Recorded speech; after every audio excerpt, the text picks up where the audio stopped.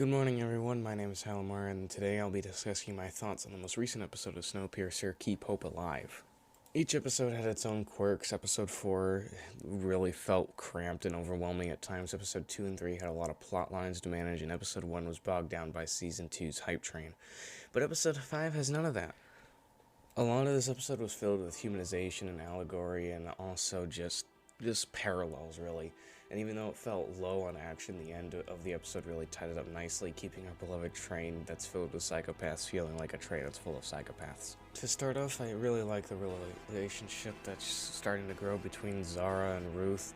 I enjoyed the moments with hospitality quite a bit in the first season, and seeing it again in the second season is really nice. I just liked it a lot, seeing the world of First Class, where it just feels like it's out of reach of all the unrefined drama. It's just something that I liked having back. On the topic of Ruth, I really like that she forced into the people of Snowpiercer, and it's not like other people are forcing her to do it. She sees that she has to.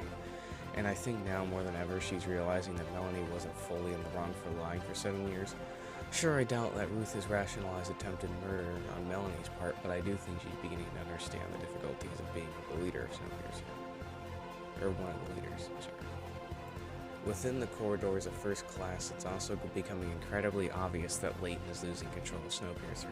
After Layton asked Pike to break his one rule and kill Terrence dishonorably, I think that Pike is going to become a far more human character as the consequences of killing Terrence become far more apparent to everyone on Snowpiercer. The last thing I wanted to address concerning what's been going on in First Class in this episode was that the children of Snowpiercer are now being conditioned to love Melanie now. It wasn't so long ago when these kids were being pumped with Wilford Kool-Aid, so I doubt that the methods of teaching haven't changed that much. To me, after seeing them make that mural and proclaim their love for Melanie Capital, I honestly doubt they're truly being reformed. In the end, all they're doing is turning that beloved W into an M. And heading down the train, I was honestly surprised to see that the Breachmen weren't the ones lashing out.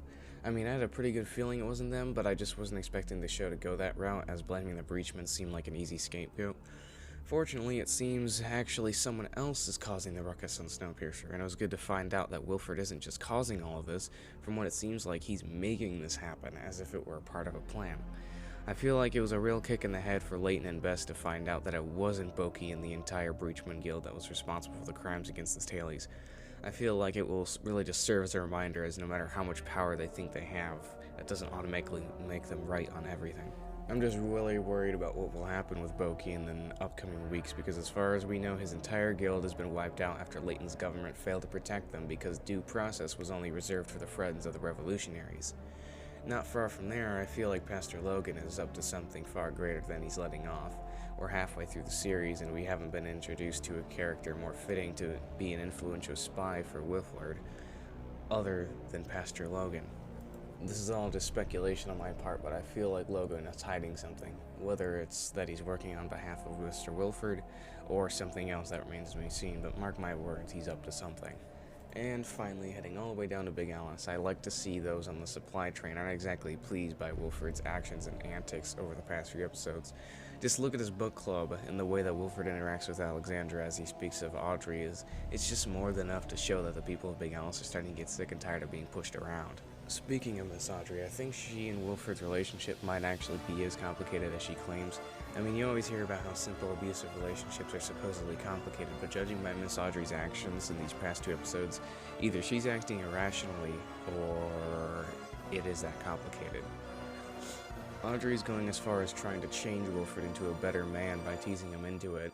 Even though she's supposed to dread being around him, she chooses to stay when she doesn't have to. Another thing that really stands out is the way that she talks about Wilford to Alex when the two of them are alone. Audrey doesn't need to speak somewhat good of him, yet she does. Either way, I think this relationship might actually be as complicated as Audrey claims. Whatever that entails, who knows. Some of my favorite parts of the episode were the scenes where Icy Bob actually speaks and seems to connect to Josie, where it was just something that I enjoyed very much. It gave a human side to what I was expecting to be just a super soldier henchman.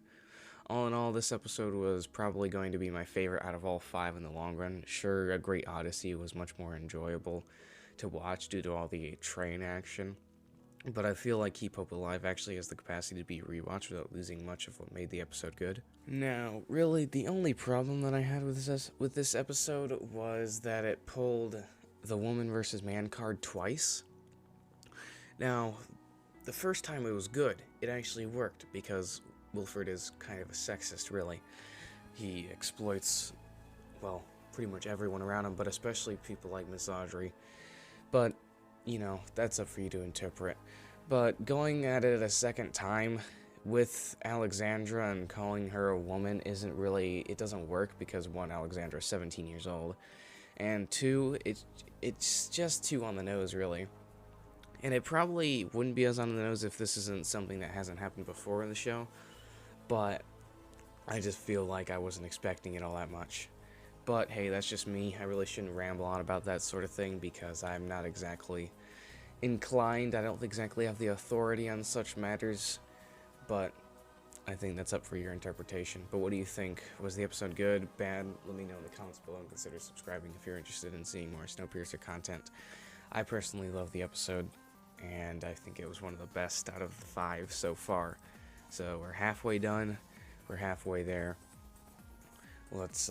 I wonder if we'll get even better than this, but either way, I hope this episode lived up to your